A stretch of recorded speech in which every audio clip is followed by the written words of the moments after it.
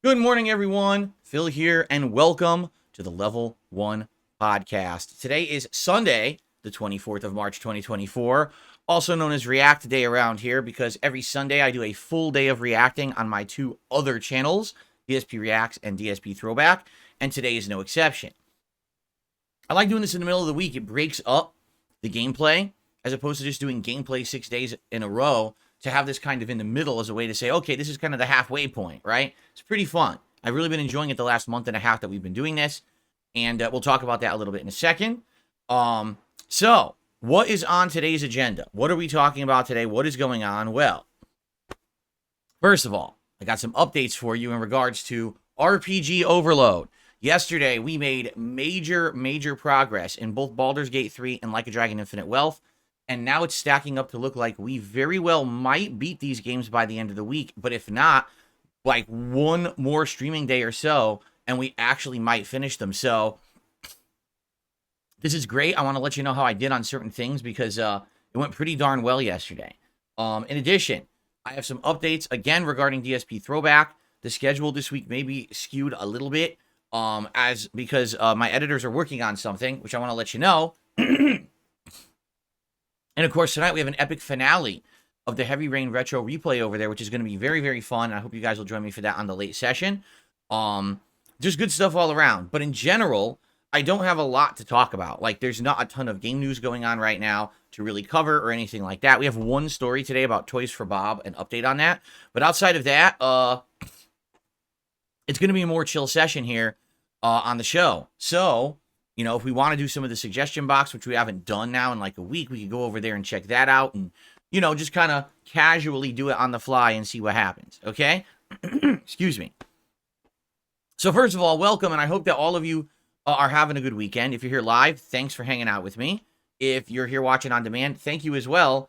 You may not realize this, but this podcast, as of late, in the last month or 2 months, actually regularly gets more viewership than the gameplay videos I put out. Now, there's some exceptions. Like when I'm playing a brand new game for its first session, typically it gets more. But yeah, consistently, because I've been playing so many lengthy RPGs, you know, part 115 of Baldur's Gate 3 probably isn't going to get a lot of viewership. But the Level 1 podcast has consistent viewership every single day. And I also appreciate the fact that you guys come and support this channel on the podcast every day on the streams. I really appreciate that. There's been some days where like all of the support comes in during the podcast. And I want to let you know how much that means to me, because without that, you know, this channel would flounder and fail, and it doesn't, because you guys hang out with me every day on this show, and I really appreciate that. So thank you everyone who's here and likes the podcast work. In fact, in the last couple of months, there were some random nights with really nothing to do because things kind of went wrong with the schedule. And we just did hangout sessions, and those did really well too. Meaning viewership and support and everything was great, as opposed to me just doing another installment of the same RPG, you know, stream 47 of the RPG or whatever. So, again, I do have to emphasize, right now we're in RPG overload, but we're really not going to be doing this often, nor if I can even help it. You know, Baldur's Gate 3 was kind of the exception to the rule. I knew getting into it how long it was and what that was going to do. And it absolutely, at 100%, everything I predicted came to fruition. Views on this channel, engagement on this channel, everything is down for the last 2 months as I've tried to push to finish these games, and they just never end, okay? The good news is the end is in sight. The light at the end of the tunnel is coming, and we can play new games very soon, okay? But for those of you who have been coming to the podcast, regardless of what I'm playing during the day, thank you so very much. You are basically like the core supporters of this channel. I know that. Like, you don't care what game I'm playing. You're just here to hang out and have a good time and support. And I really appreciate that. Thank you for coming by. All right. So now let's talk. Let's do a quick recap of what happened on yesterday's streams. Baldur's Gate 3. Yesterday, I completed 2 of the big endgame quest lines that everyone says are a problem. Like, everyone says that this one particular boss fight is the hardest or second hardest in the game, depending on how hard of a time you have with the end of the game. And that this other optional dungeon quest line is the more frustrating one. Like everyone says it's the super frustrating thing of the game. Well, let me tell you how it went. First of all, the Ansur dungeon, meaning there's a quest line where you're trying to go underneath a secret area in Baldur's Gate where supposedly there is a dragon sleeping that you can awaken, and the dragon will help you in the final fight against the Elder Brain. All right, now I don't want to spoil the finale of this plotline because it's quite interesting and actually has, which I didn't know, key lore to the world of Baldur's Gate 3. You find out some interesting key factoids about certain characters that otherwise may have gone completely unknown if you didn't do this quest line. I found it interesting that they hid this like actual lore in this one quest line, and you never would have known it otherwise. That's pretty wild. Anyway, finish the quest line, and after this really, really tense boss fight, where basically I won it by the skin of my teeth, no exaggeration, it was the absolute last second, last hit before I was obliterated and I won, I got ultimate loot. Like a super duper good sword and a super duper good helmet that I put on Lae'zel. So now for the end game, she's like ultimate final form. Seriously. So I'm very happy that I did that all in one try. It wasn't like I had to do multiple tries or anything like that. I got it on the first shot. And a lot of people were like, whoa, that's cool, because a lot of people have issue with this boss fight and have to redo it a few times. And I just immediately did it on the first shot, but it was very close. It was like down to this, super, super close. Okay. So then after that, the only thing really left before I have to go fight Gortash, okay? Which is the last piece of the puzzle left before we go to the end game, the actual conclusion of the game. The only thing left is this place called the Iron Throne. It is an underwater prison. And from what I'm to understand, the prisoners in the prison are dependent on the plot and what you've done in the game. So, for example, if you have encountered certain characters in the game, and if you have encountered or done certain side missions, those characters will actually show up as prisoners in the Iron Throne. If you didn't do that, like if you didn't thoroughly explore the game, there's actually less prisoners down there. But then, of course, there's less to do. And I don't know if there's more rewards if you actually, have more people to save or whatever. I'm not sure. And unlike anything else in the game, besides maybe one other mission, it's timed. Meaning, as soon as you arrive at this underwater base or prison, you only have 6 turns to get your party in, rescue all the prisoners, and get out while also fighting enemies, okay?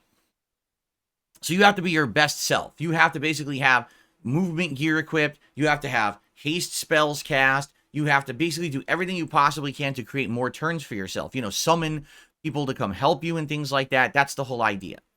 So I went in, and by the way, just so you guys know, and by the way, hello Cracker Jacks, because he tagged me. He says, how's it going? It's good to see you.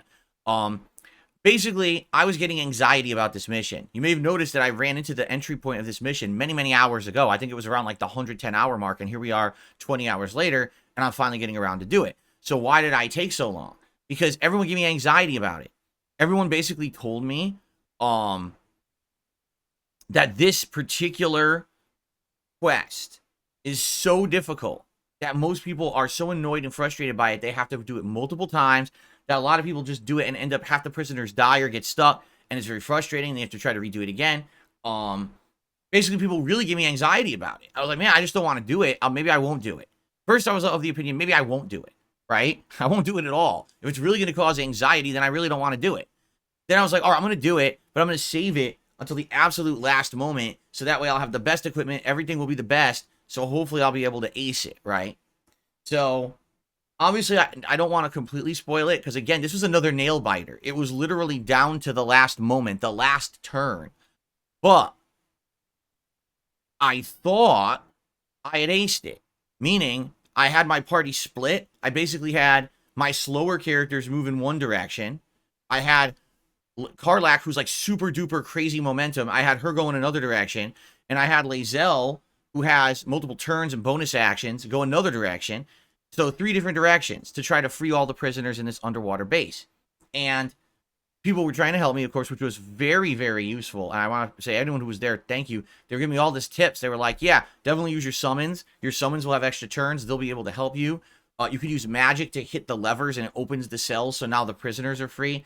I immediately noticed that one of the key prisoners actually had a, not a curse, but something else on him. I can't remember what it was considered. It wasn't a curse. It was something else. I think a charm. So I was able to cure the charm, heal him, and there were some problems. Like, for example, how dumb does this sound? Your friendly people are crowding a door So you have to waste a turn because you can't walk out the door because your friendly people are standing in front of it and refuse to step aside for you to go through the door. I just wanted you to think about this. There's a crowd of your friends and allies in front of a doorway. It's not possible for you to say, hey, I need to get through that door. Please just scoot aside for half a second. How does that make any sense? But not in this game, because this game adheres to the strict D&D rules. If someone's in front of a door, it's as if there's a giant boulder there. They refuse to budge or move. It doesn't make any sense. It's really stupid. But what are you going to do? Okay? So, I basically had some issues there with, like, positioning. And then I had a little bit of confusion at the end. Because I couldn't, like for example, there was a character, I don't want to, again, I don't want to tell you too much if you haven't done this mission yet, but there's a character who has special stuff going on, like special abilities, and it's not clear at first, you know, what the abilities are or anything, and it's not clear how much movement they have. So I almost screwed myself because I was in the impression this character would be able to help, like, last turn, and then they couldn't move far enough, and I was like, oh shit, that's not good. And there was a couple things here or there that are a little weird. Like, enemies just keep infinitely spawning. It's like, geez, give me a break when, you know, how I'm supposed to plot my way out. The one thing that actually did annoy me. So I did everything right, meaning I freed every prisoner. I kept every pathway clear. And it basically, we got down to the final turn, and we did get everyone on the sub, but I don't think so. And what I mean by that is the prisoners actually control themselves. You cannot control the prisoners, okay? Once they're freed, they have to make their way to the sub to get off of this underwater base, and you can't make them go any faster. There's nothing you can do. They just have to do it. All you can do is keep the path clear. I 100% did that. Never were they stuck in a doorway. Never were they like, oh, they're barred or enemy stopped them. They literally all ran straight for the ladders and straight to the sub. I think one of them didn't make it, and I'm like, so what did I do wrong? Like, everything I did seemed right, but I think one of them got stuck down there because why? They ran out of movement.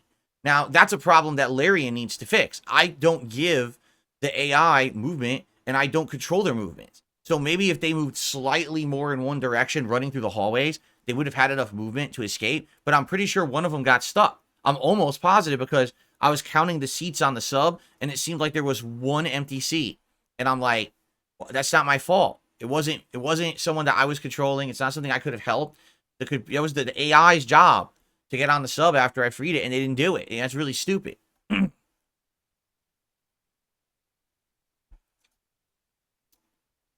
Anyway, we're not sure. And the reason that we're not sure is because my stream literally ended as we all got on the sub and escaped. And then basically there was more, like, one person wanted to talk to me, and then there was more going on. And I was like, well, I'm out of time. I can't do this now, right? So when we play again tomorrow, we'll follow up and we'll see. But basically in one stream, I got the whole answer, dungeon, and quest line done, and the Iron Throne. Those were the last two holdouts. Now, the only thing left to do is to go into the Steelwatch Foundry and disable all the robots, to fight Gortash and take him out, and then the endgame. So, that's it. Now, how long will it take for that? I would assume we could probably do the Steel Foundry and the Gortash thing in one stream. That would be my guess. And then endgame, I don't know. But everyone says endgame is very lengthy in this. Like, you go to the final area, and I guess there's a lot going on. I don't know if it's all just one fight or if there's more than that going on, but apparently it's very, very time consuming. So we'll see. But we are on pace to finish the game this week, or if not, then probably very early on next week, we'll wrap it up. Okay? No, see, Crackerjack says, did you get the trophy? I don't know when you get the trophy.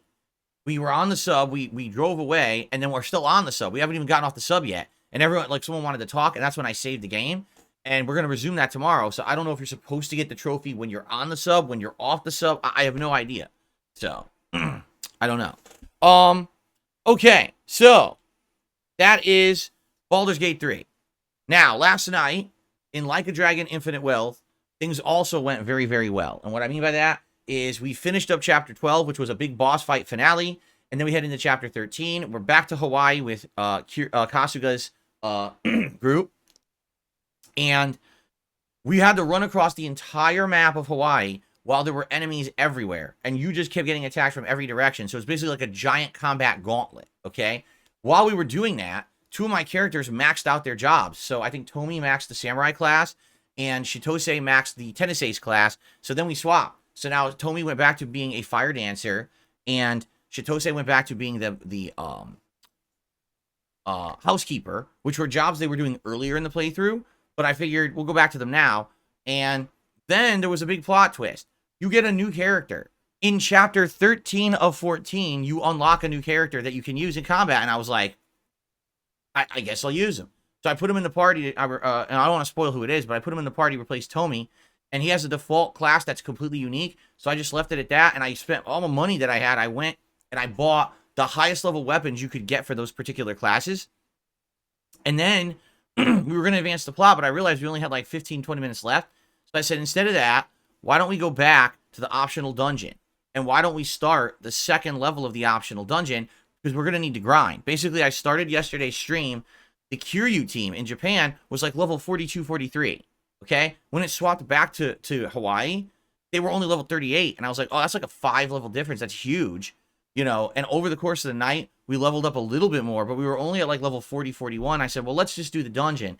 So we went in there and we beat half of it, half of the level 2 dungeon. And now we're at like level 42. I was like, okay, so this is good progress. And so now we're debating when I play it again Monday night. First of all, I'll definitely finish the second half of the level 2 dungeon, but I don't know if we should do the level 3. I think we could do the level 3, but it's probably going to be very time consuming. But at the same time, it's going to grind my party to the point where they'll probably coast through the end game now. Like, we don't have to worry about the fights being too hard or anything. We'll just be able to beat everything and just cruise through the story. So it may make sense to do like a whole stream of dungeon grinding just to prepare the Hawaii team for the end of the game so we can have smooth moving for the rest of the game. We'll see. But it was a great stream, again, with great progress. I was very happy for the progress that we made. It keeps it moving. It's making everything go great. So, excellent. All right. Right now, I would argue, if things keep going the way they're going, we're kind of on pace to finish both games either by Wednesday or Friday. Because if we don't beat it Wednesday, I'm going to play them again Friday. And I'm thinking then if we beat them Friday, that's perfect. Because then the rest of the week, we can focus on Dragon's Dogma. And maybe bring back another game. Like I said, maybe we could have Final Fantasy as a late night stream. Maybe we could try Battlefront again, because apparently they've patched it and it works much better now. I could also start scheduling co-op streams with my wife, because we're going to start a Beyond Two Souls co-op, and I'm dying to do that. And also, of course, we could say, what's the other game that we want to play? Do we want to do Alone in the Dark? Do we want to, do something different? We could figure that out. So, good stuff. Good progress. On pace.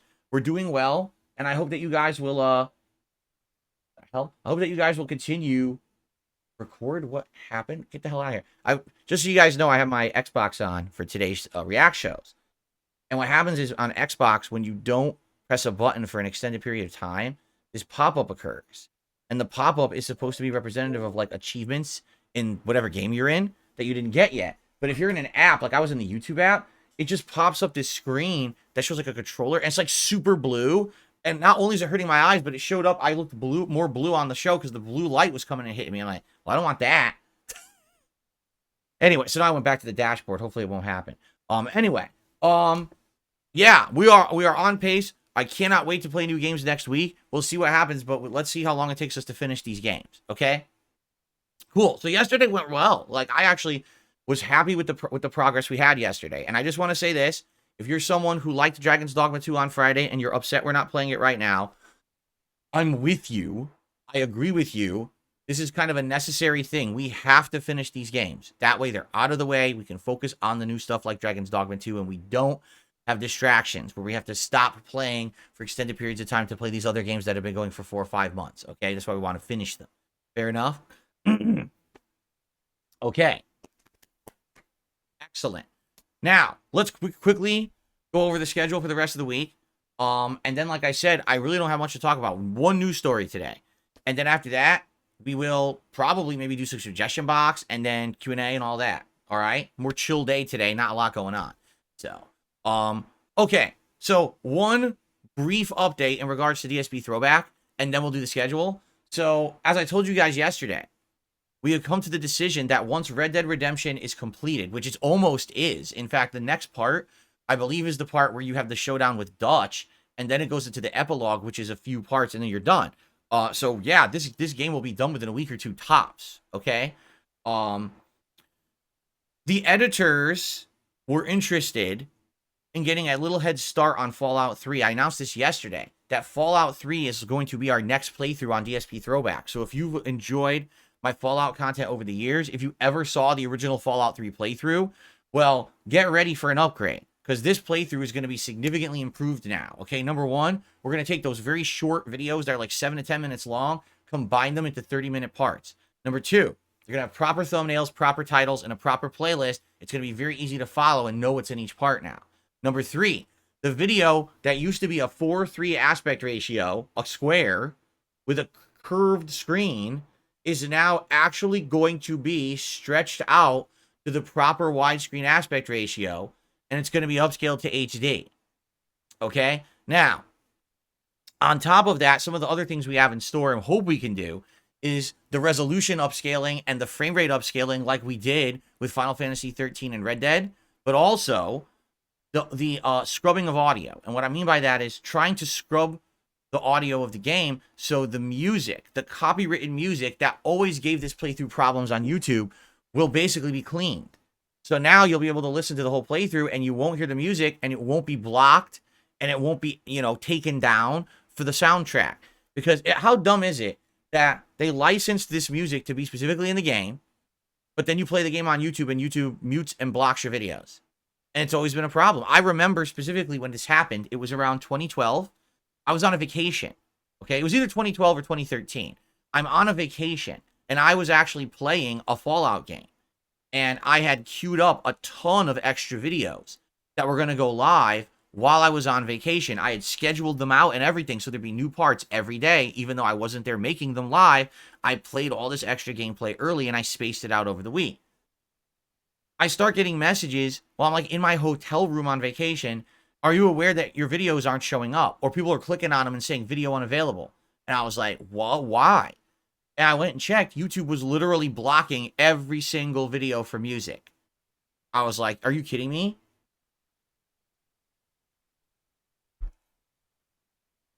I couldn't believe it. I was like, this is bullshit. And this is when YouTube started with that. It was like about 12 years ago when YouTube started this whole content scanning, blocking bullshit on YouTube. So I know this is a problem with Fallout, and a lot of people have said over the years in their territories they can't watch the playthrough anymore. Certain parts are blocked because of the music. So that's the point. We want to wipe that. Okay? By the way, BoboX, very skeptical. He says, stretching a 4:3 aspect ratio into 16:9 never looks good. You're literally warping the picture. You should absolutely not do it. From the previews I've seen, it looks good. I haven't seen a full video yet. It's being worked on right now. This is the point I'm making, is the editors wanted to get a head start on it to see how well it would look and how, so we have expectations. We want to have tempered expectations. We don't want to be like, oh, this is going to look like it's pure direct capture, 1080p gorgeous. It might not, right? Keep in mind, this camera I used to use was a 4x3 480p camera, and the 480p wasn't even good 480p. It was blurry. But because of the levels of technology being used, take a look at the crispness of Final Fantasy 13 and Red Dead in certain parts. You realize those original playthroughs look like peach fuzz, right? It looks like super blurry. And the technology really fixed it up nicely. It's just a lot of work. And so with Fallout 3, it's kind of the same. Like, we might actually get these videos to look quite good, but it might take a lot of work. And the thing is, people have been asking for Fallout 3. They're like, that's one of the big synonymous playthroughs you used to do that was synonymous with your greatness on YouTube back in the day. The entire quest where you were confused, didn't know what to do, and you wandered around. When you got drunk during the playthrough and you're slurring your words and you accidentally walk into a town and start shooting NPCs and, So, there you go. By the way, Nick says, scrubbing the audio is worse for everyone but you. Nick, what is better? Being able to watch the playthrough or having a blocked video? What a stupid thing to say. It's not better for me. You want to listen to and watch the video, correct? You don't want to sit there with a muted video or a video that says not available in your territory, do you? I didn't make the music rules on YouTube, okay? So wake the fuck up. What a dumb thing to say in my chat. How is it better for me? My original playthrough is already live. What are you talking about? Boy, you're dumb. Anyway. So, the work has begun, and because of that, FYI, this week, there may be a couple days when there's not new videos on DSP Throwback in regards to the ongoing playthroughs of Red Dead, and Final Fantasy 13. Okay? So I don't know exactly, you know, what's going to happen. I don't know how many. We may have a few days where there's nothing. That's okay. You know, it's a goal to hit to try to say, hey, can we have a new video a day? It's not a requirement. It's just something that's been going really consistently well over the course of the last few months. But if we have a few days now where this work is being put into trying to figure out how can we improve Fallout 3 and make it viable, it's okay if we have a couple days where we don't have a new video. Okay, we'll see how it happens. I know for a fact we have a new video going live tomorrow of Red Dead because we're heading into the end game of Red Dead. But outside of that, you know, I'm not sure how else it'll be affected. Likely there'll be a couple days probably with no video as the Fallout 3 is worked on. Okay, but I'm excited to see how it actually turns out. I want to see how this video looks once it's full widescreen, upscaled, possibly new frame rate, rubbed audio. You know, it should be pretty good. I'm very excited to see, but I don't know. We got to, you know, tempered expectations. I'm not expecting this thing to look like a direct capture, crazy, you know, special edition playthrough. I just want it to be functional, you know? So here's the thing. Once we get that test done and we see what's viable and what's not, then the template can kind of be created to make the whole playthrough. And then once Red Dead's over, then it could consistently be Fallout and Final Fantasy 13 alternating on that channel until Final Fantasy 13 finishes in a month or two, which will probably be about a month. And then we can do a new project. What will it be? Don't know. Maybe we'll do L.A. Noire, which is the other playthrough that's kind of really missing from the internet right now. Okay? Anyway, good stuff, right? Like, I'm excited for this. I can't wait to see how part 1 of Fallout 3 turns out. But, you know, we're going to give some time, let it cook a little bit, and then see what pops out there. And go from there. So, anyway, that's what's going on. And, of course, people have also said, will you ever react to Fallout 3? And I'm like, I would love to react to my original Fallout 3 playthrough, but the music, again, one thing that we've learned over the years is that now that if I react to something that has any copyrighted audio in it, YouTube blocks the stream after 3 minutes. If you do like 60 seconds of copyrighted content and YouTube auto-detects it, it literally gives me a giant warning on my dashboard. You are streaming copyrighted content. Stop now or we will shut down your stream. It's like, whoa. And sometimes I don't notice it, and then the stream gets shut down for like 3-4 minutes, and I have to wait for it to clear. Obviously, what's the point of streaming if the stream gets shut down, right? So that's why we have to try to scrub these videos before I can even think of reacting to them. All right? So, Turtle Dude says it's bullshit YouTube blocks entire videos just for music, especially since a lot of the music in Fallout is from like the 1930s. Oh, it's constant. It's constant. Like, Slayer has me do private react videos for him, and a lot of them are K-pop. It's completely random if YouTube decides to claim, block, mute. Like, it does whatever it wants. You'll get, in one video, it'll say, okay, just got claimed, so any revenue on this will go to the owners. Fine. I don't care about that. I could give two shits about that. That's perfectly fine. If you want to claim and give ad revenue to someone else, go for it, right? But half the time, it's like, this video cannot be watched only in these territories. And it'll list, like, 40 countries across the world, and it's random. Sometimes it's the US, sometimes it's not. Sometimes it's Singapore, sometimes it's not. Sometimes it's Japan, sometimes it's this. The rights for this stuff is crazy, stupidly convoluted. And to be quite frank, I don't think YouTube even knows what they're doing. They probably just have a fucking checklist of bullshit they don't understand, and the AI just catches the checklist and just, They don't really know who owns what. They don't care. As long as they have this in place, they can't get sued for it, and that's all they care about. So it really is dumb that is songs playing and a whole video is completely invisible. Like, that's happened. I'll make an hour-long video for Slayer, completely blocked, can't, so then I gotta, like, upload it to a file sharing site so he can download it and watch it rather than just watch it off of YouTube. It's really stupid.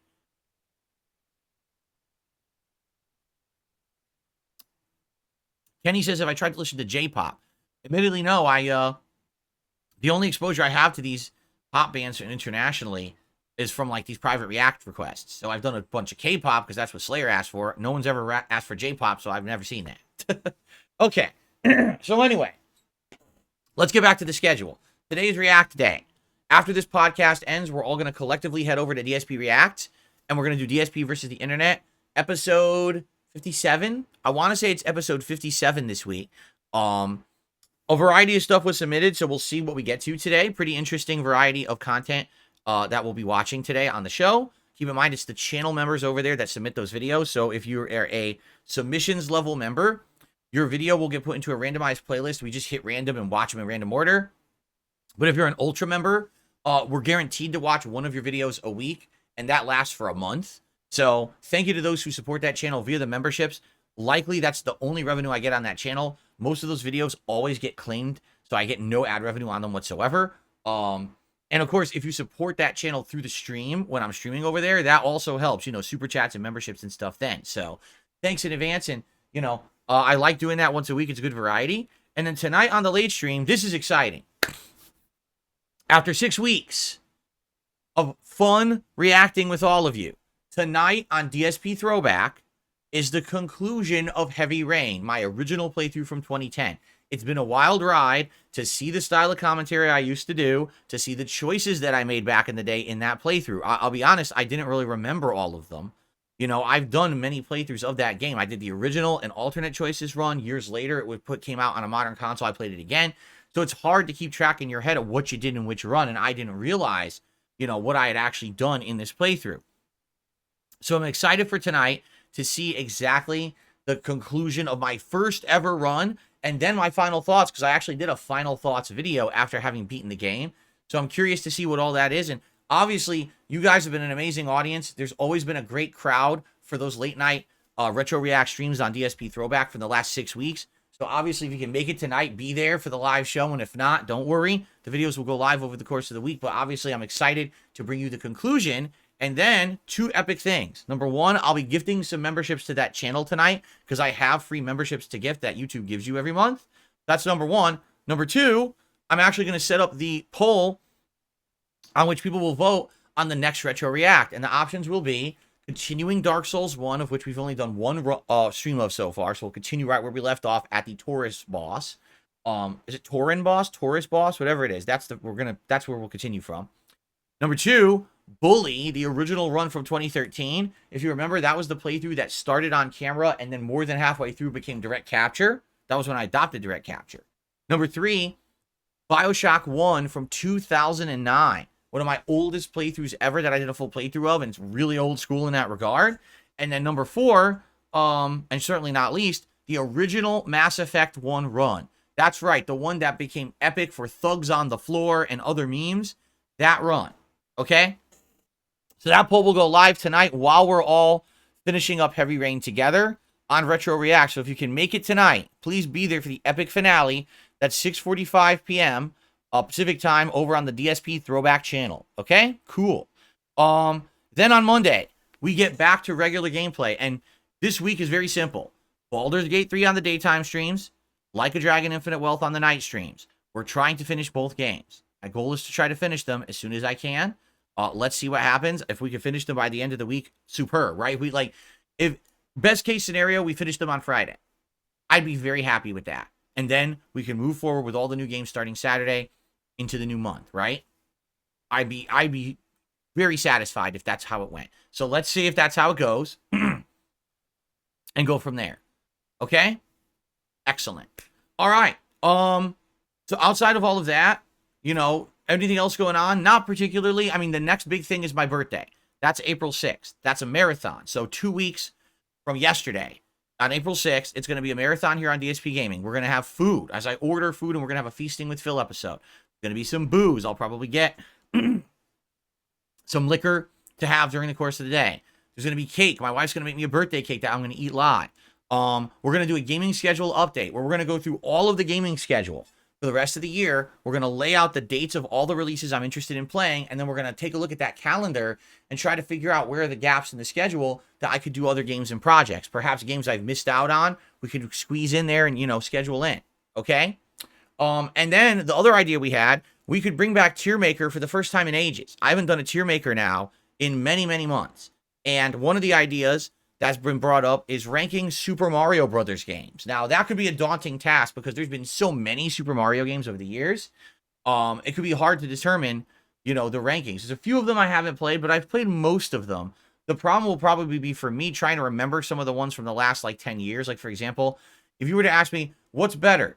New Super Mario Brothers, New Super Mario Brothers Wii, New Super Mario Brothers Wii U. I'd be like, what's the difference? I don't even remember. Because, there was this time period where they were pumping out so many Mario games of the same style that I can't even discern between them. You know what I mean? I can't even remember. But we don't have to do Mario. That's one thing we can do. My question to you is, what tier maker would you like to see me do during my birthday? All right. Is Mario the best idea? Or do you have other ideas? Would you like to see me rank anything in pop culture? Would you like to see me rank food? What would you like to see me do? One of the ones that I was interested in is doing like ranking candy or candy bars or something. I don't know why. I just always thought it would be something interesting because everyone disagrees on that, right? Everyone's like, oh, this candy's better than that candy or whatever. So I don't know. I'm just saying. Think about it, and let's try to determine in the next couple of weeks what should the tier maker do that we do during that event. Now, outside of that, what else we do during that day is up to you guys. You know, maybe we could do some multiplayer. Would you like to see me try Battlefront? Maybe we will have played it again before then to see if it's fixed. Maybe do some Battlefront gameplay. Would you like to see me maybe just for on a whim go back into a game like Street Fighter? You know, just do some casual play Street Fighter 6 or something like that and go from there. I don't know.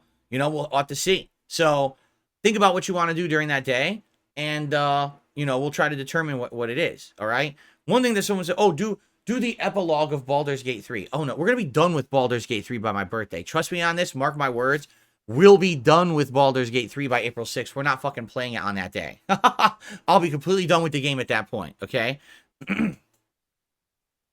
Okay. So that's that, ladies and gentlemen. We have one news story for today, so I might as well go to the news desk, even though it's not a big one. So you may have remembered something that I've been talking about over the last couple of years that culminated recently with some really bad news, but now we have some good news, okay? There's a game company, a developer, called Toys for Bob. This is a company that years ago made the remasters of games like the Spyro trilogy and the Crash Bandicoot trilogy. They did so well that it actually led to them making an entirely new Crash Bandicoot game, Crash Bandicoot 4, okay? All of these games did well. Every one of them sold well. And not that they were blockbuster, you know, oh my God, you know, best-selling games of the year or anything like that, but they all made money, okay? Now, Toys for Bob is owned by Activision Blizzard. Activision Blizzard decided in all of their wisdom that after their hit sales of these remastered trilogies and Crash 4, that this dev team should now be repurposed to make content for Call of Duty games. I wish that was a bad joke, but instead it was harsh reality, that Activision cared more about pumping out like DLC content and skins for Call of Duty than they actually did pumping out good games. So this entire studio for 2-3 years was repurposed to just make junk, okay?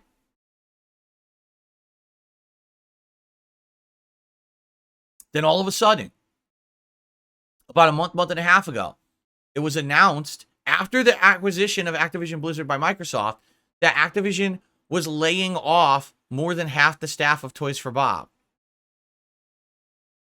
What the hell? Let me get this straight. They make a bunch of great games that sell well. You then tell them, don't make any more of those, make Call of Duty content, and then you lay them off afterwards? What kind of business strategy is this exactly? Right? Again, we look at these and we're like, the people in charge have no fucking clue how to run their companies and don't even understand gaming. You just had to make more fucking games in that style. They would have been making money for your company. Instead, you have them making junk and you wonder why it's not productive and then you lay them off. You're assholes. You want to know who should have been laid off? The management. You don't lay off the people who are doing the good work for you. You get your fucking shit canned. You get the boot to your ass, clear your desk out, sit there on the curb with a cardboard box full of your junk because you're an idiot. Okay?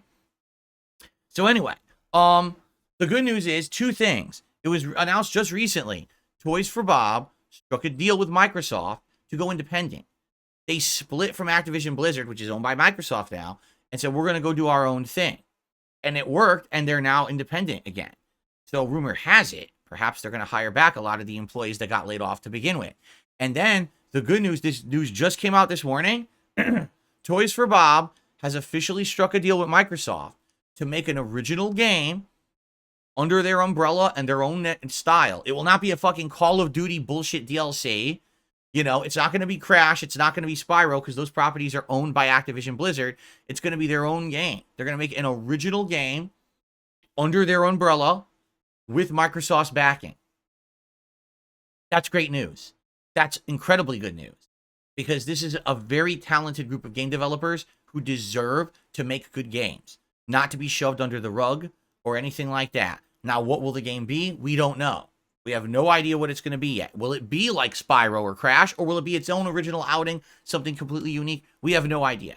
I'll be honest with you. If it plays like Crash or Spyro, I'd be happy with it. Those games are great. Yeah, they're casualized in a lot of cases, like Spyro. Some of them aren't that hard, but they're fun experiences.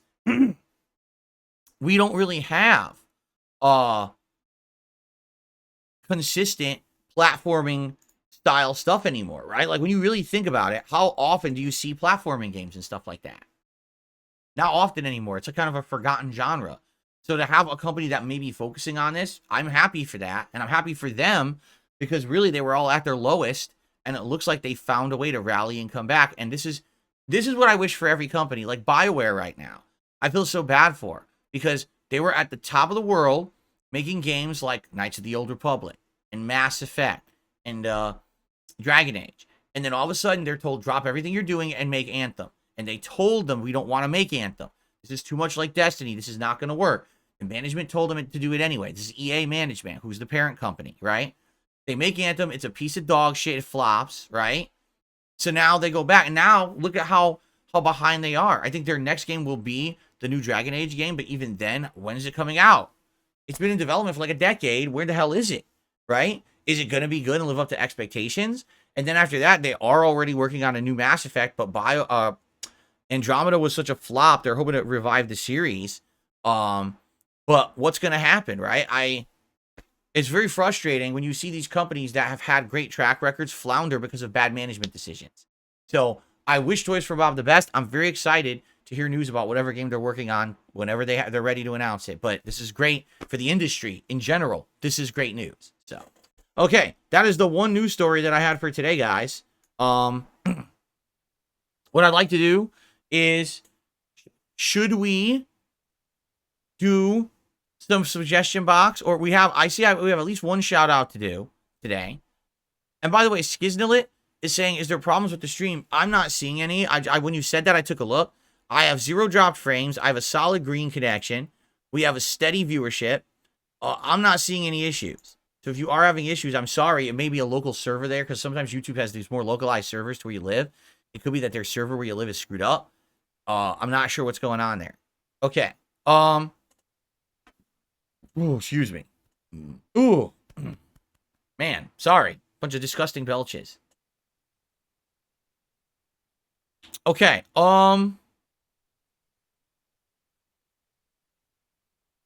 Excuse me. Okay. You confirmed it was him.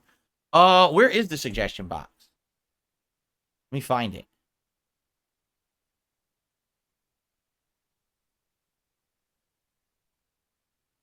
Oh, crud. Well, that's not good. Basically, the suggestion box reset. So I have to go back and try to find where we had left off, because I don't know where we left off.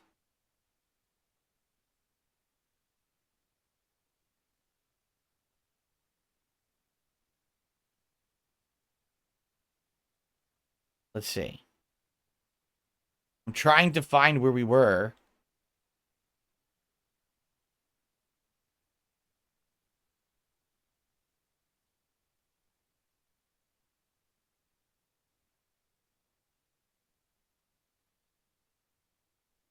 Okay, here's the OP Boon one that we had read about gaming news. Okay.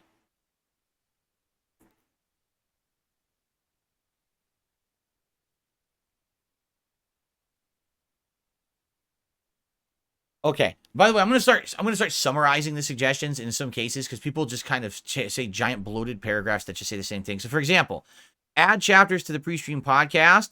If I want to see you talk about something, I don't want to skim through it back and forth till I find it. We try that. For example, we try to use the AI timestamps, and then they get put into the comments, and then sometimes my editors go back and put those into the actual description of the video. So that's something that I think has been implemented. You could correct me if I'm wrong, but I think that's already been implemented. So thank you for that suggestion. Remove bloat from the podcast. Shorten recap segments. Shorten day off segments. Shorten talking about your schedule. So just shorten everything. Make it not a podcast is what you're saying. The whole point of a podcast is to have topics to talk about. You don't like the topics, just shorten all of them. Okay. Let's see here. Someone else mentioned this. Take more advantage of your mini PC. There are lots and lots of free or cheap indie games that would be fun to jump around in every once in a while. This one I 100% agree with. I have that mini PC. It's literally sitting there collecting dust. Hell, since I played Chrono Trigger in the fall, and then we played that horror game, Phantasmophobia or whatever, at Christmas, and then I haven't used it. Why? RPG overload. Like, that's why. And I agree with this person 100%. That is a squandered resource. There's a lot of stuff on PC that I know we could be playing, whether it's Fightcade, whether it's indie games, whatever it is. I know we could have more variety with that. The problem is I'm so busy with the fucking games that are too long, I can't use it. My strategy is I want to implement that this year. You know, once we get to a point where we're like, oh, what should a night stream be? Fuck it, turn on the mini PC. Let's see what indie games are on there. Let's play some old school fighting games with Fightcade. That's the point. I want that to happen, but we haven't even gotten close yet because I'm too inundated with too many fucking long games. So I promise you, we will do that this year when it gets to the point we can do it. I just need the time. The problem right now for me is I'm in demand doing a million things, and there's not enough time to do them all. Thank you for the suggestions. Okay. Let's see here. Here we go again. Cut your podcast to only 30 minutes. So the podcast will literally be what then? Just a news segment and that's it? Again, I keep telling you guys the point of the podcast is to get all of these topics out of the way so when we play the games, we can focus on them. Imagine if I go to boot up a game and literally the first 45 minutes is everyone bombarding me with questions. Are you going to do this? What do you think about this news story that just happened? What about this here? What's going on here? Then I can't play the game. The whole point of the podcast is to get that out of the way. Cutting the podcast down to 30 minutes makes no sense. All evidence leans towards the podcast is doing better than the gameplay. Why would I cut down the podcast? Stop suggesting the same thing over and over when it makes no logical sense. Then maybe I'll take your suggestions a little bit more seriously, right? Okay. Here's a great one. My genuine advice is to consider an exit strategy. Okay, here's my exit strategy, okay? I'm going to click on your name, and I'm going to hide this user from my channel. There's my exit strategy. I exited from having to read your stupid comments. Okay, let's continue. I exited very fast. I didn't waste any time on that one. Okay, let's continue. I just got to find where we were. See, now this one, I don't know if this is true or not. I would like your guys' opinion on this. You ready? Your capture card has audible white noise on constantly. When you mute your mic, but the capture card is active on a silent screen, like the slideshow without music playing, there's a lot of noise that is obvious when you wear headphones. You should be able to see this in OBS audio meter. All right, you ready?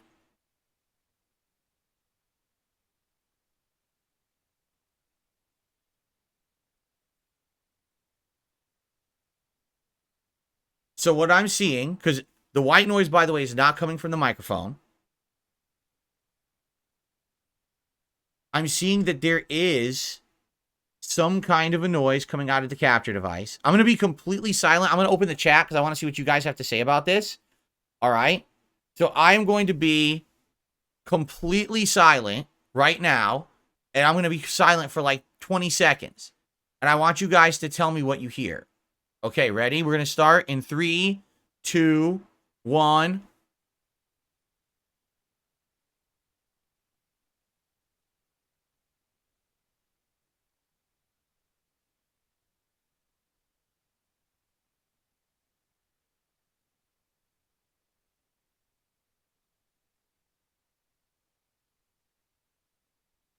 Okay.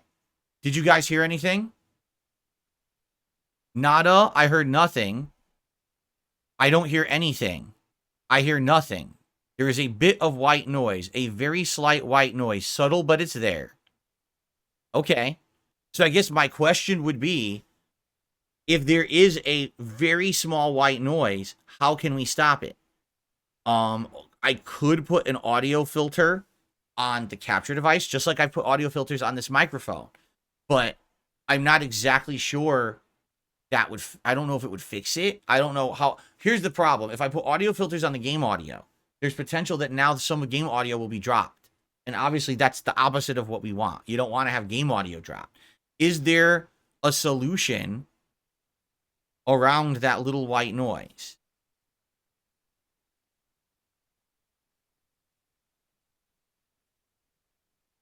Dentronic says hardly noticeable, if at all. Some people just say they can't hear it at all. If it's audible, I don't hear it. I have Dolby Atmos headphones too, says Cheetah Man. You know, maybe it was the mic. Because remember, these are suggestions for like a month ago. Maybe it was the mic, and maybe now putting the filters on the mic has fixed the problem. So most people are saying, don't bother. I wouldn't worry about it. Okay, fair enough. Thank you. That was from a Jessica. Thank you for suggesting that. I mean, again, I don't know until we test stuff.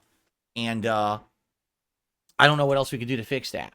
My issue with your podcast is recapping the previous day and talking about the schedule. Already explained till I was blue in the face why that's necessary. It's not changing. Okay. Let's see. Okay. I want to address the back and forth pull from viewers over whether you should do more gaming content versus more interactive non-gaming content. It seems there's no consensus can be reached. Everyone has their own preference. While it's true, most wanting more gameplay might outnumber those asking for other types of content, I would like to point out the value in catering to the dedicated group of fans that follow your more personalized and interactive content. It's my interpretation that due to your long 15-year legacy of mostly being a gamer, you have a larger contingent of people who want to see gaming. However, excuse me, due to the diverse amount of games out there, there isn't really one type of game that will satisfy all gamers across the board. When discussing non-gaming topics such as reactions, gaming news, Q&A, storytime narrative, etc., these may have less demand from your full-time audience, but typically the ones who show up tend to stay engaged and focused during those kind of events. These interactions offer something unique which cannot be replicated through typical gaming videos. The reason why I think there is more demand for gaming content when you request feedback is because there are many voices that share a desire for more gaming, but they don't all participate equally when it comes to the gaming streams. This skews the data towards gaming demand. Due to the diverse amount of games out there and your audience's preference for various games, there is no one game that you can play that will unify all the more gaming crowd and bring them all in at once. Let's work with easy numbers and say you have 100 people. Say 60% of your audience wants more games. Of those 60 people that want the games, 30 of them actually want a fighting game. 20 of them want a shooter. 10 of them want an RPG. As you can see here, already there's division within the gaming side alone. On the flip side, let's look at non-gaming content where only 40 people wanted that non-gaming content. And of those 40 people that showed interest, almost all of them are willing to engage and interact with whatever you're producing. It's probably a very good point. In summary, while both sides have valid arguments, it's apparent that a unifying element exists among those who favor non-gaming content. By nurturing engagement in this area, you can potentially foster stronger connections with your community overall. My humble recommendation would be to continue what you've been working toward with the variety of content you currently provide, but perhaps leaning in the non-gaming area slightly more, ensuring consistency and quality, and building up your audience for non-gaming interactive content. This strategy allows room for growth of loyal followers that enjoy the interactive content that you want to eventually make more of anyway. Thus, it behooves you in the community that builds up your content towards what you want it to be, and not just what the current target loudest group happens to ask for. Thanks for taking the time to read this. All right. What do you guys think? I'm just curious. I'm going to click over to the chat. What do you guys think about that? You guys think that working towards and nurturing more non-gaming content makes sense? I think I understand the point. What they're, in a nutshell, yes, a lot of people want me to play games. The problem is there's never a consensus on what game. So when I play a game, I'm isolating the audience that didn't want that game. It's different if there's like, for example, if GTA 6 was coming out tomorrow, 98% of my audience would want me to play GTA 6, right?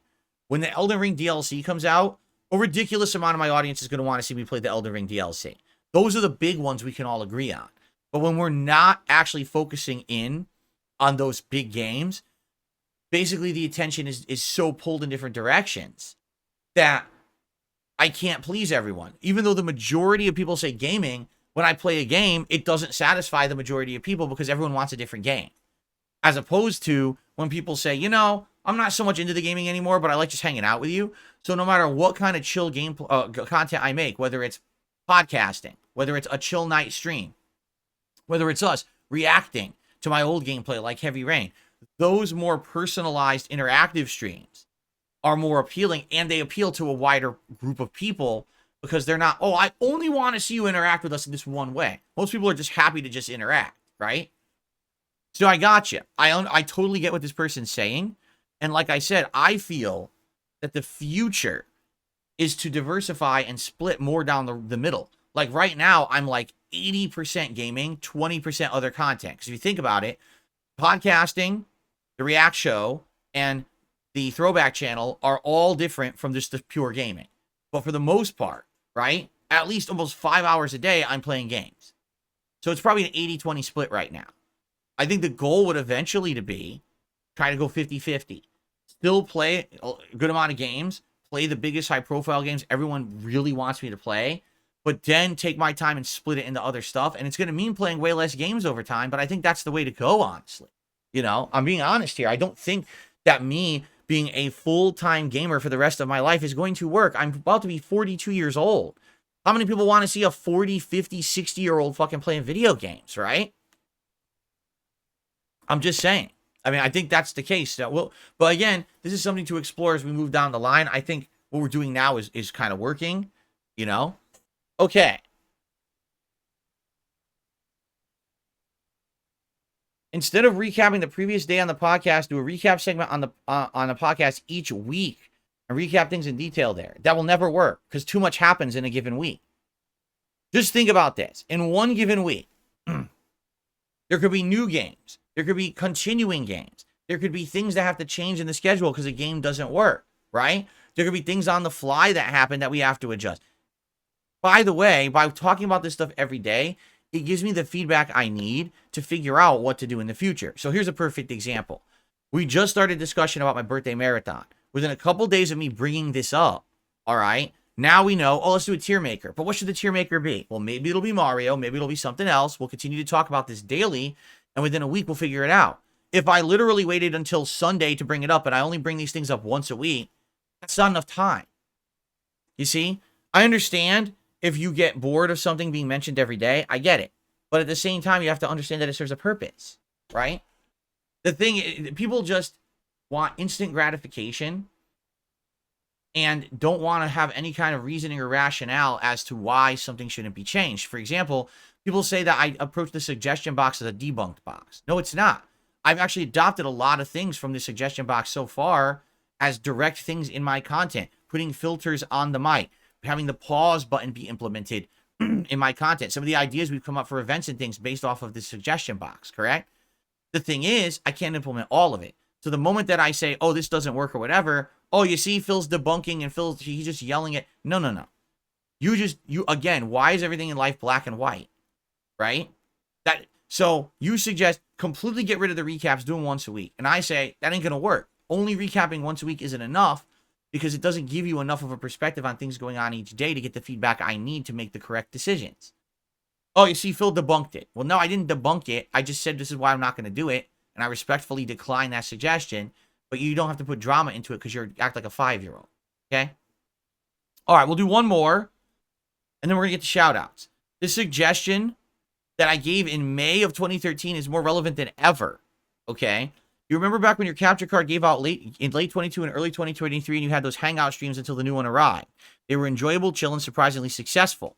You even mentioned wanting to do more hangout streams in the future. This would be just like that. Yes, if you remember, my capture card broke, so we basically did streams where I went into the hard drives in my closet to see what videos were on the hard drives, and that's eventually what led to DSP Throwback, because we found all the raw gameplay footage from back in the day.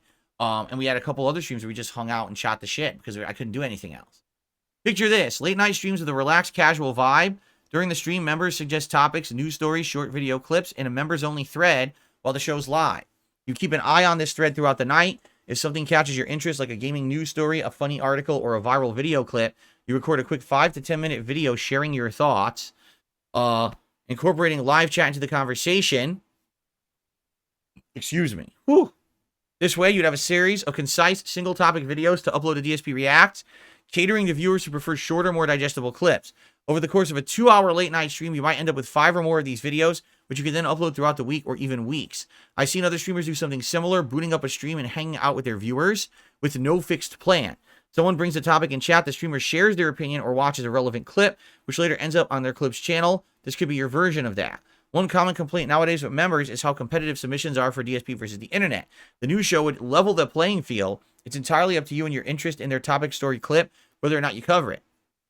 Plus, for members who only catch night streams, it gives them something to look forward to on DSP Reacts. Personally, I can count on one hand how many DSP versus the internet streams I've managed to attend live.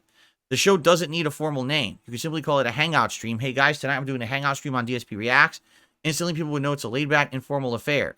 Well, I like the idea, but we would definitely have to refine it from this original idea. So allow me to explain.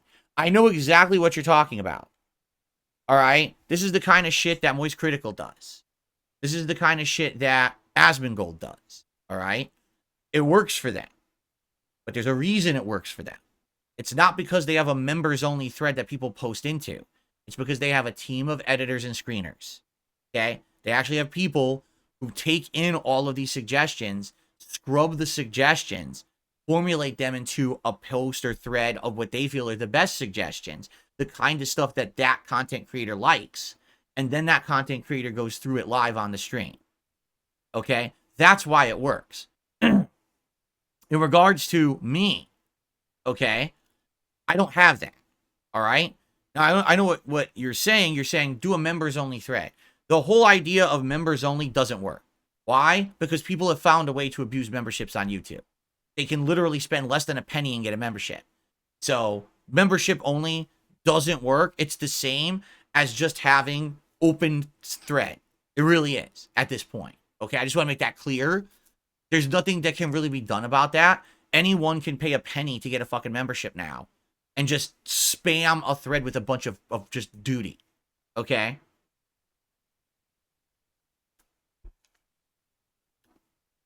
I like the idea, but primarily the people who do this are people who have Discord presence, right? Sign up for my Discord, go into the submissions area, post up clips you think that the content creator should watch this week. Our editors will scrub that and put that into a thread that the person can now watch on a hangout night. I have none of that. Okay? I wish it did. I wish that that's the way that my community went. I tried that in the past. You know, I had my own forums. I had things like that going on. It did work out. Over the years, when I became a running meme of toxicity and negativity, meaning everyone just wanted to crap on me, basically so many people now hate me that whenever I would attempt to do something like this, it gets ruined, right? Like, barely can I even maintain the DSP Reacts channel because DSP versus the internet almost failed because of this membership debacle. Luckily, I figured out how to fix it. And it's been fine since, you know, it's a little bit more work for me now to scrub stuff. But for the most part, it's still working. Okay? But I like the idea. I do. I think that this leads to a whole idea of a new late night chill stream. We're all hanging out. We're just having a good time. You guys suggest stuff.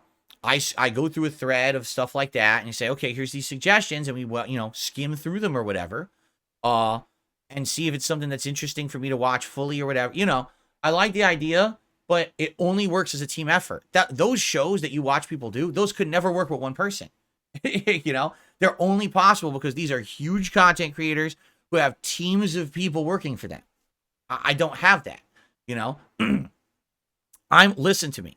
I'm lucky enough to have the moderators that I have show up when they do. They're volunteers. You understand? I don't pay them because I can't afford to pay them. The editors that I have are overworked making the content for the DSP Throwback channel as well as thumbnails for all my videos. They don't have extra time on top of that. Like, this other suggestion was also made a week or two ago. Why don't you have people cut news stories out of your streams and make them separate videos? Because that's like a full-time job. You know, again, all these suggestions are absolutely fabulous. If I were a big YouTuber who had a lot of money to hire employees to do this for me, I would love to do it. Like, I like this idea. I would be thrilled to do this show. But with the resources I have, I can't do it, you know? We would have to refine the idea. How could this be done without, it can't be a members only thread because membership means nothing now. Anyone can get a membership and just fucking throw in shit. So that's not going to work. But what, you know, how could it be possible? Let's think about it. Let's continue to discuss this idea. I like this idea. I'm sure now people will hear this idea and think, okay, maybe here's a spin on it that we could do or something that we could do to make it work for Phil. Because again, I would love to do the show. That sounds like a great idea. No way I could do it on my own right now. And I can't hire people to do it for me like the big YouTubers that I know you have in mind do. Okay? I mean, just remember last year when Asmongold, okay, reacted to me. He literally says, why'd you guys submit this for me to watch? Everyone wants me to watch this clip, huh? And he watches it. He's like, I don't understand why you haven't watched it. Because everyone submitted it. People scrubbed it. Said a lot of people submitted this, you know, Asmon, will you watch this? And then he watched it. As opposed to, how would I do that myself? You know? Okay, so the thing is, I like that suggestion. That's a good one, but it's not one that I can do in its current form. We have to kind of refine that suggestion better. Okay? Okay. All right, that's enough for suggestion box for today. Thank you guys for your suggestions. Maybe we can implement some of those in the future. Maybe we can't. I don't know. We'll see. But those are good suggestions, and thank you for them. I really appreciate that. Let's now get to shout-outs. On the YouTube side of things, we got nothing. No super chats, no memberships, no gifted memberships. Okay? Now, I'm just going to say something quickly. This has been a pattern over the last several months where a lot of people support the streams via tipping, which is great. But there has been a huge decline in the YouTube side contributions, notably memberships, because of the fake ones. And this is hurting the business bad. I'm hoping that when we get into new games in a week or so, you know, when we're focusing on Dragon's Dogma, maybe Alone in the Dark, doing a co-op playthrough with Cat, maybe bringing in multiplayer like Battlefront, maybe bringing back Final Fantasy VII, maybe then we could get those things back on track. All right? Right now, I don't even know how I could even begin to even say stuff about it when we're still playing the same RPGs for month 4. Okay? So, but I'm hoping we can get that stuff back on track. Because it's, I mean, case in point, here we go, shout-outs, literally 0 contributions on the YouTube side. There's actually good tips. Don't get me wrong. There's good tips here to shout out, but nothing, I was like, nothing on the YouTube side, huh? Like 0. Okay, let's get started here. Our first contribution today is a $10 tip from BB Phil. Hold on.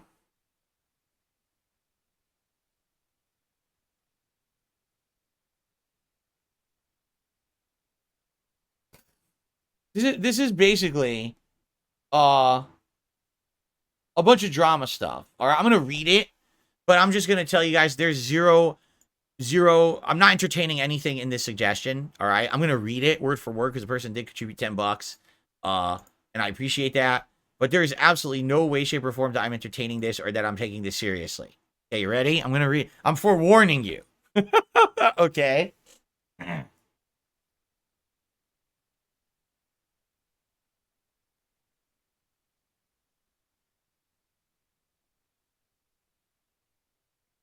Okay, ready? BB Phil here. It would be nice to see you play Street Fighter against an old school legend in a special event one day. I know Keemstar wants you to play Call of Duty versus Wings of Redemption in front of a live audience in Las Vegas. What? I'm going to continue reading that. Huh? First I've heard of it. That's fucking hilarious. As I understand it, you don't want to do business with the man because you don't agree with how he makes his money. Is that still the case? I don't want to do business with the man because he's a complete scumbag. He's a liar. He's definitely lied about me. He literally has tried to bully me into things, lied about our interactions. Yes, the way he makes his money is completely underhanded. He's a scumbag. In addition to that, I don't trust him in any way, shape, or fucking form. The guy has said so many awful things. By the way, he's threatened me multiple times, saying he's going to make negative documentaries about me on Netflix. He's going to contact my friends and family to say awful things about me. Should I go on? Should I go on to continue reasons why I should not work with this person? I think it's pretty self-explanatory, don't you think? Okay. I also just like the fact he has guys on the Lolcow podcast sniffing their chairs and crawling around on the floor for money. But let's face it, he does not know how to set up a lucrative... Oh, he does know how to set up a lucrative event. He should definitely set something up with Alex Valle.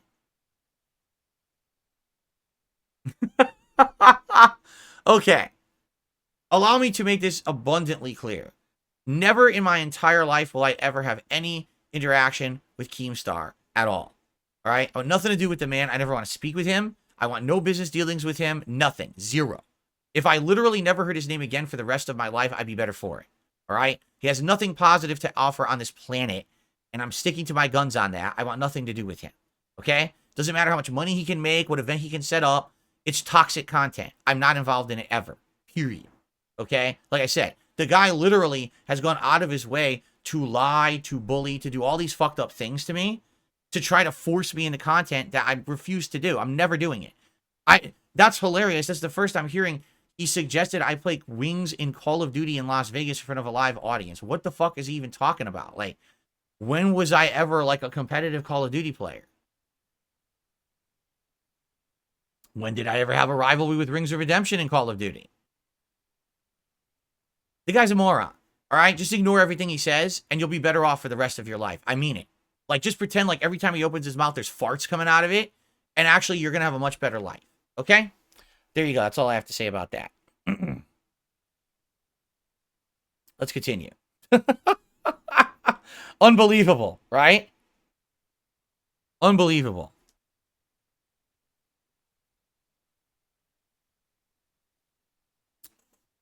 Guys, I don't care what drama's going on in chat. I'm paying it. I'm reading shout outs now. Okay, you can stop. Okay. All right. Good Lord.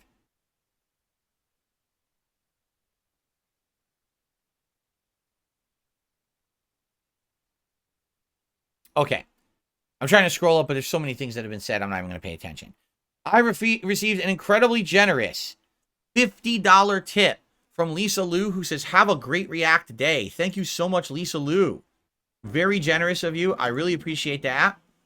Let's get that up on the leaderboard as the biggest contribution so far today. Okay.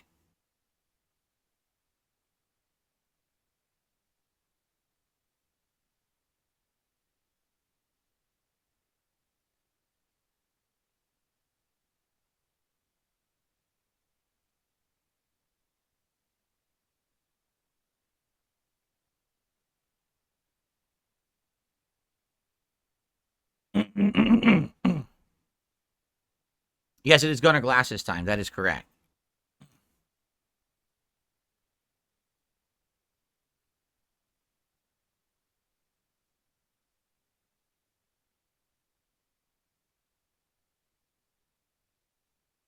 Adam with a $10 tip. This is Adam. Happy React Day. My favorite day of the week. Really? I guess a lot of people are enjoy the React stuff. I'm glad to hear that. Thank you very much, Adam, for a $10 tip.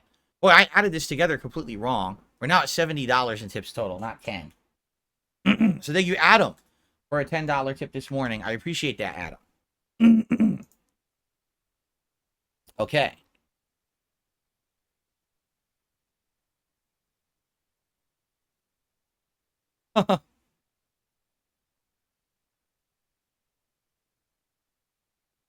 See here? I received a $15 tip. Let's see here. I received a $15 tip from 1 Minute Man, and he wants to talk about the philosophy discussion from yesterday's Baldur's Gate stream, okay? So actually, we're $85 in tips right now.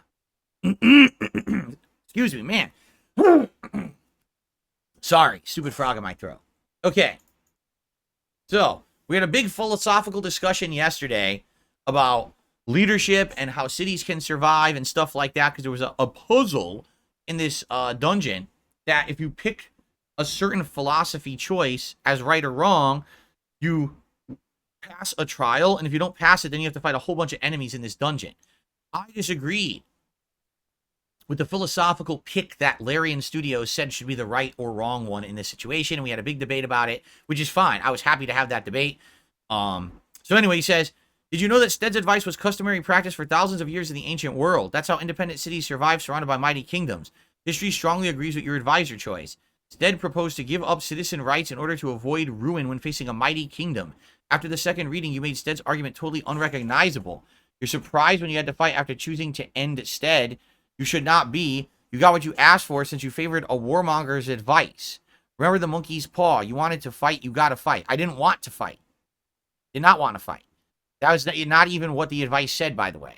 The advice did not say strike out and attack everyone. The advice said that when you are fighting an enemy, you make sure that you have thoroughly routed and ended that enemy so they can't come back. That's what it said. It did not say, just attack everyone, be a warmonger. So that's completely false narrative. But again, we could debate philosophy at a later date if you would like to. Okay. I received a $10 tip from 1 Minute Man. Excuse me. Stupid phlegm is really pissing me off today. Can I please finish my show? Jeez. It's really bothering me. Okay, thank you, 1 Minute Man. He says, so he's talking about the philosophy again. He says, one of your recurrent expressions, I can't speak. One of your recurrent expressions is the game doesn't tell me what to do. That's true.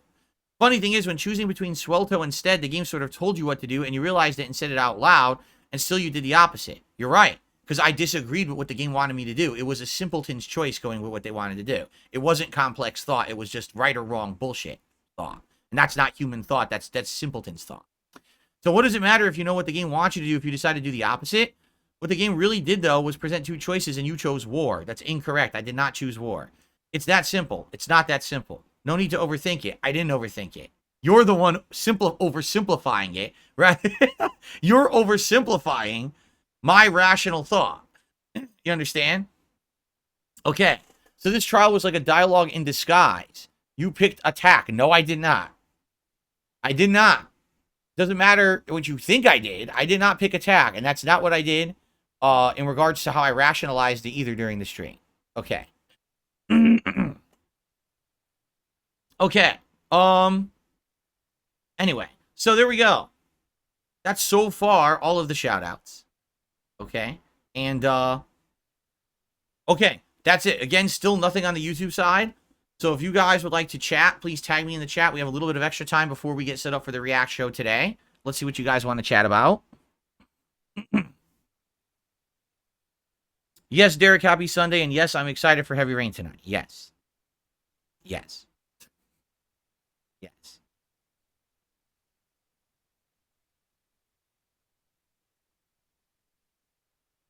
Yes. Dark Gaming says, I did advanced mathematical calculations. You'll beat the final boss of Baldur's Gate 3 on Wednesday. Well, if that's the case, good. Now, you said there's epilogue, right? That after you do the final segment, there's basically an epilogue. In which case, if we got to do that, like, let's say we do it Friday, I'd be okay with that. That way we can wrap it up, right? See the end, and then move on to everything else. So we'll see how it goes, the pacing this week.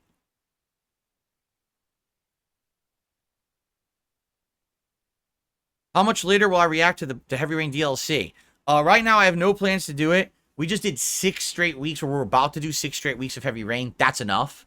I would much prefer to do other stuff for now, and then maybe go back to it later on when it feels way more fresh. I don't want to do another 4 weeks of reacting to Heavy Rain. It's just going to get boring for me. Epilogue is 1 to 2 hours chatting with your party. Maybe do it on your birthday. We're not doing any Baldur's Gate on my birthday. We will be long done with Baldur's Gate by April 6th. We need to get this game done and in the history books and move on to better, fresher, newer content. The game needs to be wrapped up at this point. You understand? Okay.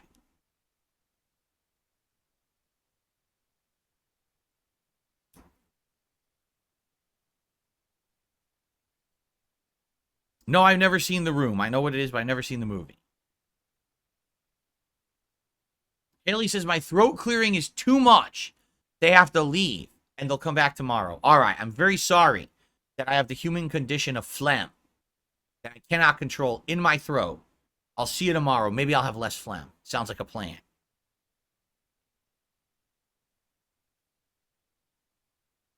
What an awful thing to say. What if I was gassy? What if I was constantly just ripping farts on the stream? Would you leave then?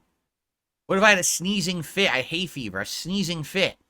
Would you just run away? What if I had a giant ear infection and there was oozing wax and pus coming out of my ears down the side of my head? Would you leave the stream just because of that? I mean, come on. This is sounding great.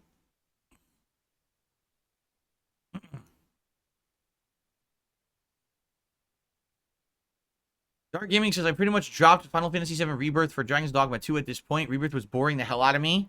Wow. David H says, do you regret buying the deluxe edition of Like a Dragon as you didn't use much of what you bought? Yeah, this is a case where basically buying the deluxe edition, all right, gave me a lot of stuff that on paper, on face value, it looked like I was going to get use out of it. But once we actually got into the meat of the playthrough, you realize no. Like, for example, they gave me a whole bunch of crafting items for blacksmith stuff. But what you don't know is that you can't actually do anything with it but use it to craft an item. Like, for example, in the game, you can take lower level crafting items and combine them into higher level ones. So now when you get better weapons, you can still use your lower level crafting items. You can't use the pre-order crafting items like that. You can only use them on a weapon, period. So by the time I even realized I had them, I go to use them and they're worthless. They can only be used on a low-level weapon. Well, that sucks, right? The Sujimon stuff. Let's be honest. The Sujimon plotline is very similar to the Dondoko plotline. It's just a side thing if you want to do it. It has nothing to do with the plot, and you can skip it entirely. I've literally not done a single Sujimon battle besides the tutorial one, and I'm at the end of the game fine, no problems, right? Now, apparently I missed out on one job class, but does it matter? Or at the end game, I'm doing fine, you know? So you don't even need the Sujimon stuff, right? The Dondoko stuff, there was one point in the game where it makes sense to do it. I did it then to get some money to advance on and get the items I needed to basically kind of coast through the rest of the game. It worked. But you don't even need to finish Dondoko Island. There's no point. You get one superpowered attack that you don't really need. So, basically, yeah, I would say this, that most of the premium content is pretty worthless in the game. The only thing I've used are the two jobs, the linebacker and the tennis ace. I've maxed the tennis ace, and I've had linebacker with 2 characters, and it's pretty good. So in that regard, that I did get some use out of. But outside of that, I don't think I've used anything else in the premium edition. Someone was even saying that, like, the other content you get is another optional dungeon. Like, once you've beaten all 3 levels of the optional dungeons in the game, that I guess you get another level of the optional dungeon after the fact if you got that version. But I'm not gonna do that. Like, what's the point of that? If you already beaten the game, what do you need the optional dungeon for? Right? So, yeah, I mean, again, this is another case where I said, I'm going to get the best version because I think I'm really going to like the game. And by the way, I do really like the game, but I kind of got screwed out of using that content. There really was no use for it. Dondoko, not really. Sujimon, no, don't need that. And, you know, I spent a lot. I think it was like $40 more, too. And I think I could, if I just spent like the $10 more to get the middle version, I would have gotten the linebacker and the tennis ace still. So really, I just spent a lot more for no reason. I didn't get, again, the real reason I did it, I thought that Dondoko Island was going to be something significant to the game, that you would definitely want to do it, and that we would do it co-op, you know, my wife and I. And then once we found out, literally once you get your first big payout, there's no reason to continue with it, and it gets boring. Like, we were like, well, that sucks. There's no point in doing it, right? So, yeah, that was really the reason I spent the money. And, I mean, my wife also got the better edition of the game, and she also said, yeah, I didn't really use anything. It was pretty much a waste of time. So,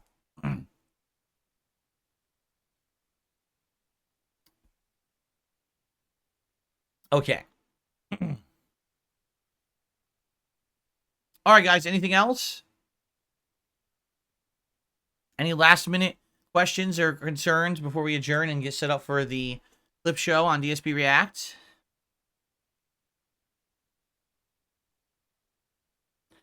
Exactly. John says, once you finish 5-star Dondoko Island, you get a laser finisher, and that's it. Yeah, it's the same finisher you had in the first game, where you raise your bat up to the sky and an orbital laser comes down and hits everything, but you don't need it. I mean, it's definitely not required at all, right?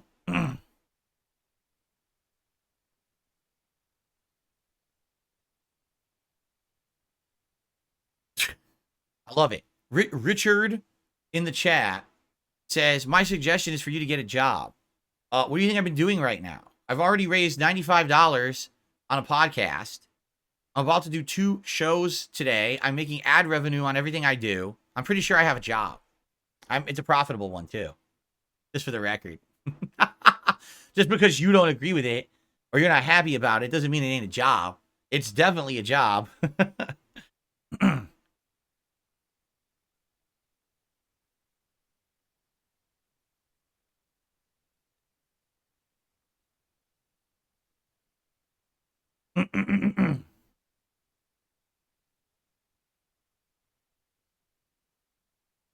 That is correct. That is correct, Skiznolin. It is definitely a useful, interesting business. It's fun. It's fun doing what I do. Even with all, I'll still stick to my guns. Even with all the crap I go through and all the stress and all the nonsense from all over the internet, it's still very fun to do what I do. I love this job. It's the best job I've ever had. It's the only job that I've actually felt like well utilized and well appreciated, you know. Again, it's awesome being your own boss. Imagine working at one of these game companies. Imagine working at Toys for Bob and being told you're making Call of Duty DLC for 3 years and then you get laid off. Right? What the hell kind of life is that? It's awful. So I'm happy that I'm in a situation where I'm the boss. I control stuff.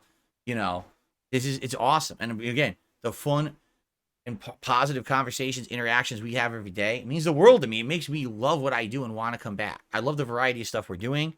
You know, it's excellent. I received a $5 tip from an anonymous tipper who says, hat. Well, here's the thing. We will have a hat. However, this stream is over and there's not enough time to vote. So what we'll probably do, I'll set up the stream on the DSP Reacts channel. You guys head over there and I'll put the poll on that stream. So while you're waiting for the show to start, you have something to do. You can vote on the hat. Okay. And thank you. I never get this level of support this early on React Day. So I really appreciate you guys, supporting the stream today. Thank you very, very much.